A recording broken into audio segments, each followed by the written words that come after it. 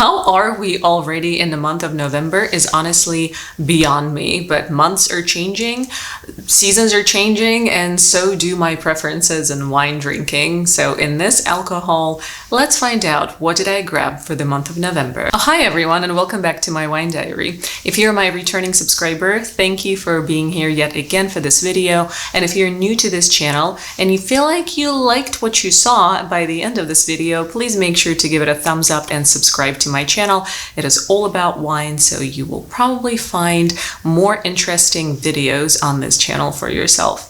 But I mentioned the fact that my preferences change with seasons changing as well for a reason, because I truly fluctuate kind of season over season with the wines that I reach for the most. So in the summertime, I gravitate towards dry sparkling wines. I gravitate towards some chilled white wines, some rosés, and then going into the fall and winter season, I usually prefer reds, probably starting with lighter reds in the fall time and then going into heavier reds towards December and January time. So now that we're in November, I couldn't possibly pass by a couple of interesting white wines that I found that are new to me. So I grabbed those and I'm about to show you, but then I've kind of started to build up my wine cabinet with more reds and more heavier reds with the holidays coming upon us soon. I have 7 wines to share with you, and 6 of them are from Trader Joe's. I only have one, this first one, that is not from that store. This particular one is from Sprouts, which is another grocery store.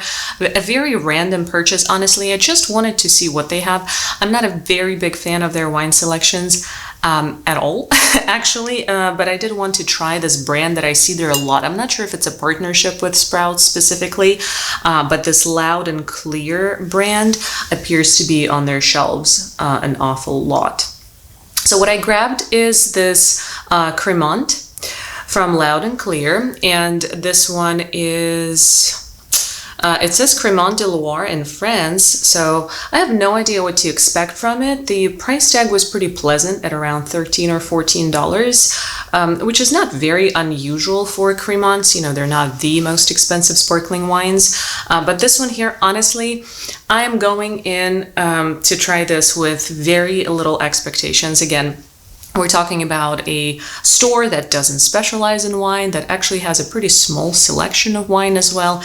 And this Loud and Clear brand, I think, is just the partner brand with Sprouts grocery store as well. So I have no idea what to expect, but it says that it's dry and crisp, fresh and fizzy finish. So, I mean, I'm all up for that. So I'm not a wine snob. Let's try something new and inexpensive. Speaking of trying something new, this is where I went really experimental this time.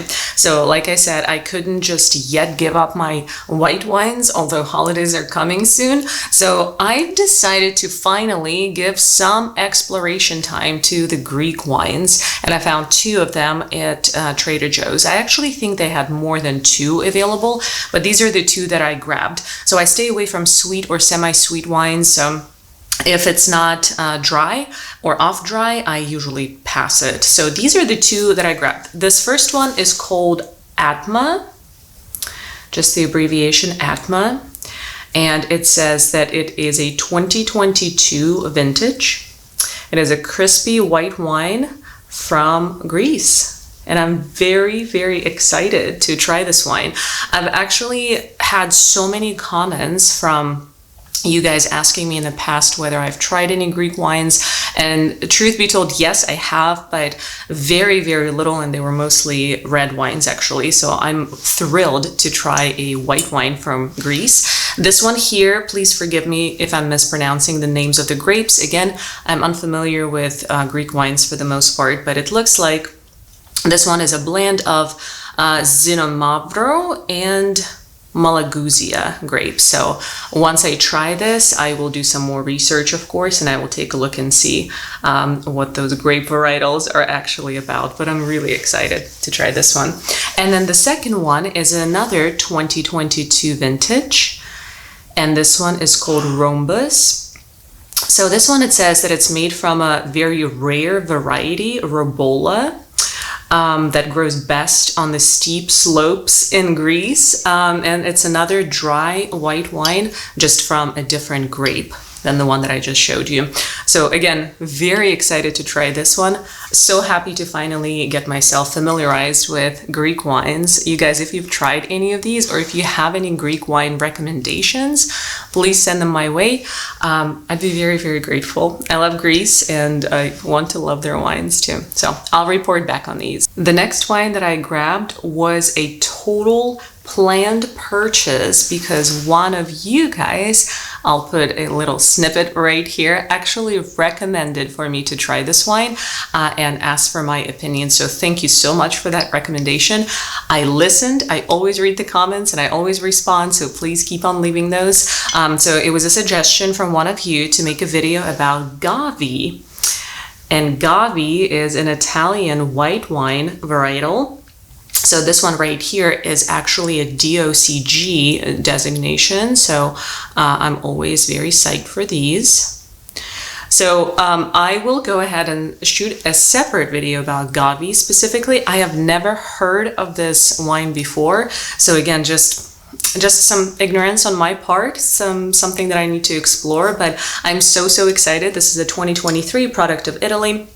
And I almost didn't find this, actually. I was on such hunt for it at Trader Joe's, and I finally found it at the very bottom of the Italian section. So it was at the very bottom shelf. And this is the thing about Trader Joe's, by the way, you guys, if you didn't know this, they don't follow the normal like shelving rules like other stores do. So whereas in other stores, you may find that the cheapest wines will be down the bottom, and then as you know, the quality and the price goes up, they will put them on higher shelves, and normally the most expensive wines are always on the top shelf. Well, this is not the case with Trader Joe's at all. They have $30 bottles, $40 bottles, sometimes at the very bottom on the bottom shelf. So please check those bottom shelves out.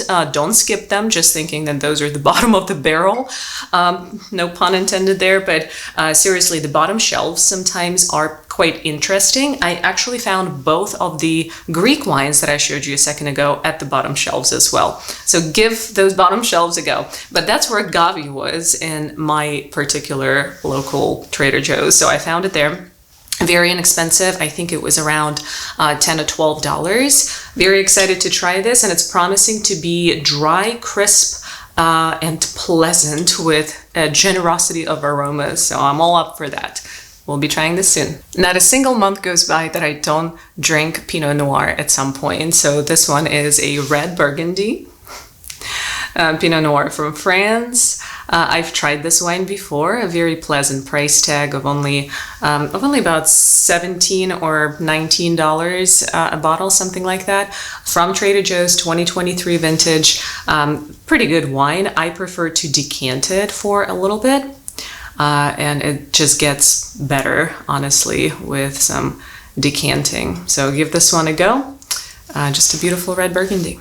Another wine that I have at home pretty often may not be from this particular maker, but generally speaking, this wine style. So Chiantis are a very frequent guests in my house, and this one is Castello di Gabbiano. I've had this wine before. You guys, this is again a very good price tag. I think all Chiantis in general are very well priced. And this one is a DOCG designation as well, which you know I'm a bit of a stickler for. But this one is a 2020 vintage, sustainably grown grapes, which is always great. So less pesticides, less chemicals added to them. So good stuff. Try it out with the holidays coming up. Try Chiantis with different red sauce pastas. Try Chiantis with stews and any comforting fall dishes that you're making. I don't think you'll be disappointed. I am going to pause here for a second before presenting my last purchase to y'all. But I've mentioned to you trying Chianti with different fall dishes and red pasta sauces. Of course, that Sangiovese grape just goes very well with anything tomato related. But I'm also very excited to tell you guys that later next week I will be posting a video about Thanksgiving wine and food pairings, which I'm hoping you're waiting for. I did it once before, years back, and it was a big hit, so I decided to recreate it and give you some ideas for your Thanksgiving tables to share with your guests. Look out for that. Last on the list for me to show you is this heavy hitter right here. And it is actually very heavy. The bottle is very heavy. Immediately after I grabbed it from the Trader Joe's shelf, I've realized how heavy and well-made this bottle was, which to me normally screams quality because they just don't use heavy, well-made bottles like these for cheap wines. So I am generally unfamiliar with this maker and this wine specifically. It was a pricier bottle. I believe it was $27 or $29. And let's take a look at the label here. So this is a mouthful to pronounce and just look at. Starting with the fact that this is a red wine from Italy, 2021 vintage, and this is Valpolicella. So the grapes that are used for this one right here are Corvina, Rondinella, and Corvinoni.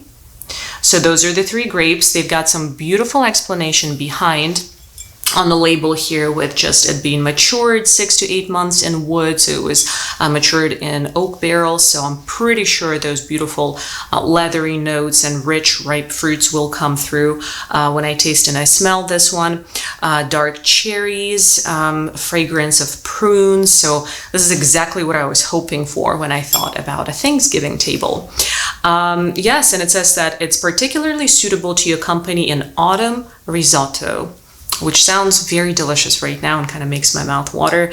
Mushrooms, red chicory, bean pasta soups, roasted or stewed meat. So hint, hint, this one might be in my upcoming Thanksgiving video with food and wine pairings as well. But yeah, I'm very excited to try this one. Honestly, all Italian wines to me are just you know, they're just such an exploration, and I always love trying a new wine from Italy or a new varietal that I haven't tried before.